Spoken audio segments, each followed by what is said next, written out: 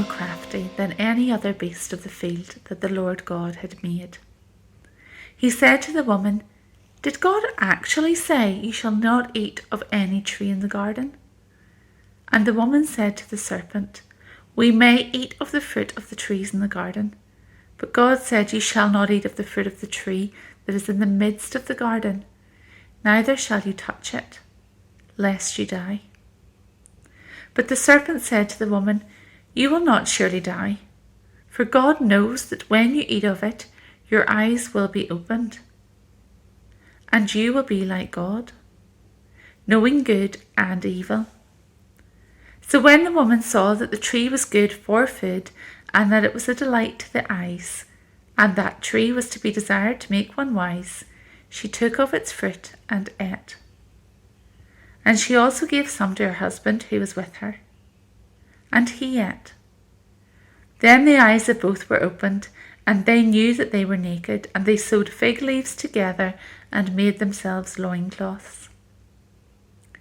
And they heard the sound of the Lord God walking in the garden in the cool of the day, and the man and his wife hid themselves from the presence of the Lord God among the trees of the garden. But the Lord God called to the man and said to him, "Where are you?" And he said, "I heard the sound of you in the garden, and I was afraid, because I was naked and I hid myself." He said, "Who told you that you were naked? Have you eaten of the tree which I commanded you not to eat?" The man said, "The woman you gave to be with me, she gave me fruit of the tree, and I ate." Then the Lord God said to the woman, "What is this that you have done?" The woman said, "The serpent deceived me, and I ate." The Lord God said to the serpent, "Because you have done this, cursed are you above all livestock, and above all the beasts of the field. On your belly you shall go, and dust you shall eat all the days of your life. I will put enmity between you and the woman, and between your offspring and her offspring. He shall bruise your head, and you shall bruise his heel." To the woman he said, "I will surely multiply your pain in childbearing. In pain you shall bring forth children. Your desire shall be contrary to your husband, but he shall rule over you." And to Adam he said, "Because you have listened to the voice of your wife, and have eaten of the tree of which I commanded you, you shall not eat of it.